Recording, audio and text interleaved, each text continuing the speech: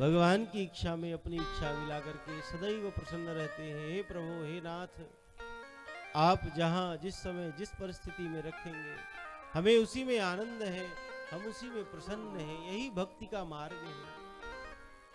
हम भगवान से क्या चाह करेंगे, हम भगवान से क्या मांगेंगे? अगर हमारी भक्ति सच्ची है, हमारी भक्ति दृढ़ है, हमारी भक्ति जो है वह शुद्ध है, तो भगवान तो स्वयं लुटने के लिए तैयार रहते हैं। भक्तमाल में बहुत सुंदर कथा आती है। भगवान के एक परम भक्त हुए श्री हरिपाल जी महाराज। हरिपाल जी महाराज जो थे वह भगवान के परम भागवत थे, परम भक्त थे, बड़े संपन्न थे। लेकिन जितना धन था उनके पास, वह सब धन संतों की सेवा में उन्होंने खर्च कर दिया। कोई संत महात्मा आता, हरिपाल जी के यहाँ जाते और हरिपाल जी महाराज बड़े प्रेम से, बड़े भाव से संतों को भोजन प्रसाद कराते, प्रसाद पवाते, सेवा करते। अब तो हरिपाल जी महाराज की महिमा बढ़ने लगी। कोई भी संत की मंडली आती गांव में तो सब हरिपाल जी के यहाँ पहुंच जाते। धीरे धीरे सारा धन संत सेवा में समाप्त हो गया। अब क्या करें? संत महात्मा तो आते ही हैं, सेवा कैसे करें? तो संतों की सेवा के लिए फिर दुकान से उधार मांग करके लाने लगे। भैया उधार दे दो, संतों की सेवा करनी है, जब होगा तब ला करके चुका देंगे। तो लोग उधार देने लगे। लेकिन अब तो बहुत सारा उधार हो गया दुकानदारों का, चुकाएं कहां से? तो दुकान से उधार मिलना भी बंद हो गया। अब क्या करें? संत सेवा कैसे हो? संत महात्मा तो आते ही हैं, घर में कुछ भी नहीं है। तो एक दिन मन में विचार किया कि चोरी करेंगे। लेकिन संत महात्मा के यहाँ नहीं, वैष्णव भक्त के यहाँ चोरी नहीं करेंगे। जो नास्तिक होंगे, दुष्ट लोग होंगे, उनके घर में चोरी करेंगे। तो हरिपाल जी महाराज संत सेवा के लिए चोरी करने के लिए गए।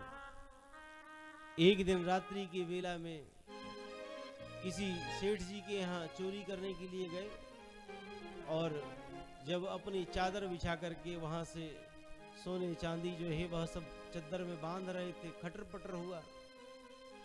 तो उस सेठ जी की कन्या जग गई। उसने कहा, पिताजी लगता है घर में चोर घुस आया है।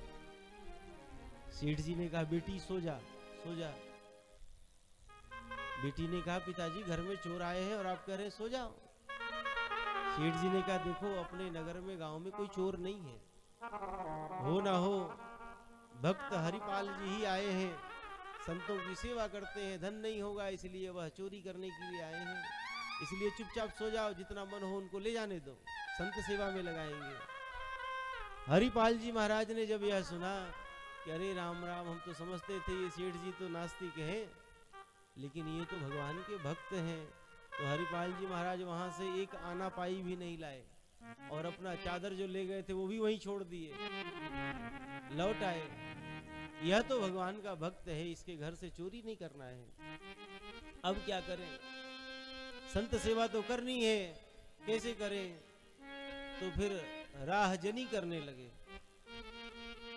रात्रि की वेला में जो है वह सुनसान मार्ग में जाकर के खड़े हो जाते और जैसे कोई आता तो पहले राम श्याम करते, देखते इसके मस्तक पर तिलक है कि नहीं, गले में कंठी है कि नहीं, शिखा है कि नहीं, कोई भगवत भक्त का चिन्ह है कि नहीं, देखते राम श्याम करते। जब लग जाता पक्का कर लेते कि ये भक्त नहीं है, ये तो दुष्ट है, तब महाराज लट्ठ दिखा करके जो कुछ होता उसके पास में सब छीन लेते और इस प्रकार से लेकर के आते, संतों की सेवा करते।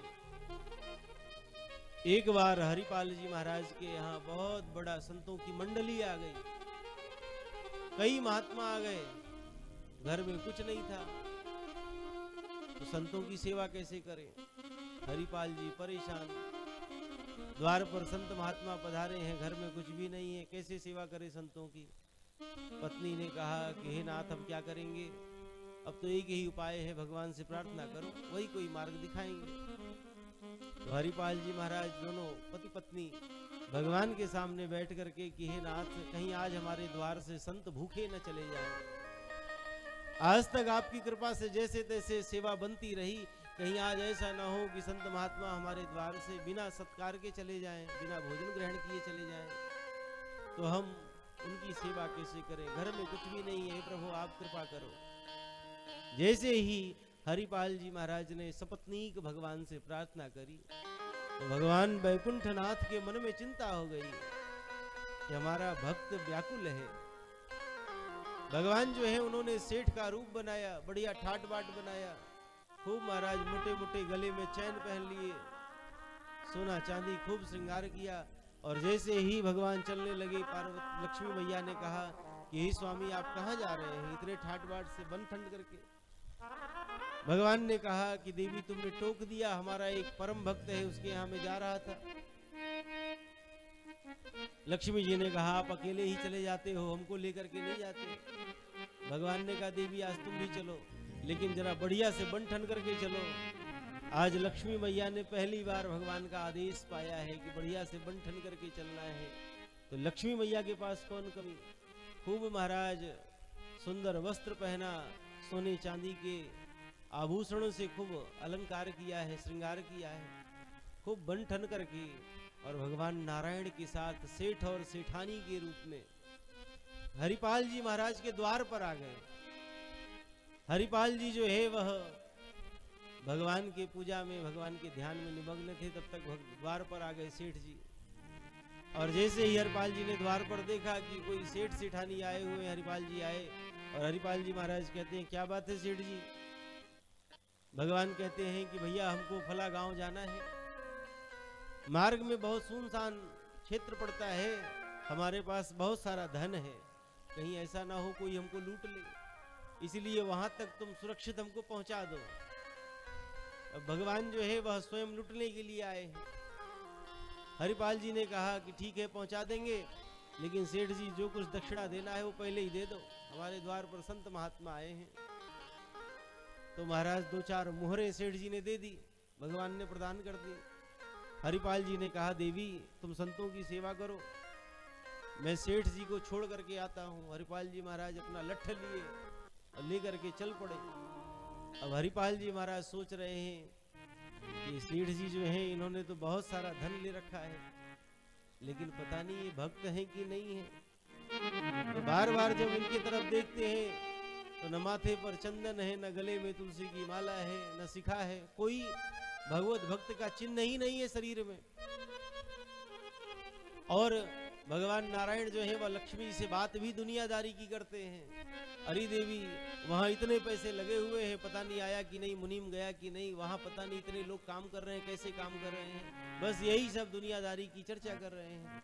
हरिपाल जी महाराज समझ गए कि ये भक्त नहीं है, ये तो ऐसे ही सांसारिक जीव है।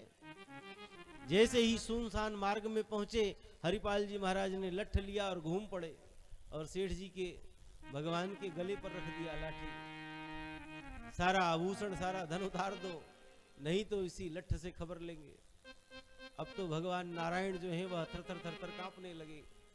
लक्ष्मी मैया देख रही है, जिनके भय से काल भी भयभीत होता है, डरता है, वो भगवान की ये दशा, वो भगवान कांप रहे हैं। भगवान ने लक्ष्मी जी से कहा देवी एक काम करो, तुम भी सारा आभूषण उतार करके रख दो, नहीं तो मुसीबत में पड़ जाएंगे। लक्ष्मी जी ने भी अपने सारे आभूषण उतार दिए, भगवान ने भी सारे अपने आभूषण सारा धन रख दिया नीचे। अब लक्ष्मी जी के हाथ में एक महाराज सोने का छल्ला पड़ा था उंगली में। हरिपाल जी ने देखा सारा धन तो इन्होंने रख दिया, जब वह सोने का छल्ला उंगली में लक्ष्मी जी के देखा तो उन्होंने कहा कि सेठानी की उंगली में जो यह सोने का छल्ला है, इससे भी संतों का बाल भोग तो हो ही सकता है। तो लक्ष्मी जी का हाथ पकड़ करके उंगली मरोड़ करके और वह छल्ला भी हरिपाल जी महाराज निकाल लिए। लक्ष्मी जी को क्रोध आया कि अरे राम राम, हमने सारा धन दे दिया और एक छल्ला पड़ा था वह भी इसने जबरदस्ती निकाल लिया, हमारी उंगली को मरोड़ करके। लक्ष्मी जी श्राप देने के लिए उद्यत हुई, तब तक भगवान नारायण जो है वह चतुर्भुज रूप में परिणत हो गए। बोलिए चतुर्भुज नारायण भगवान की जय हो।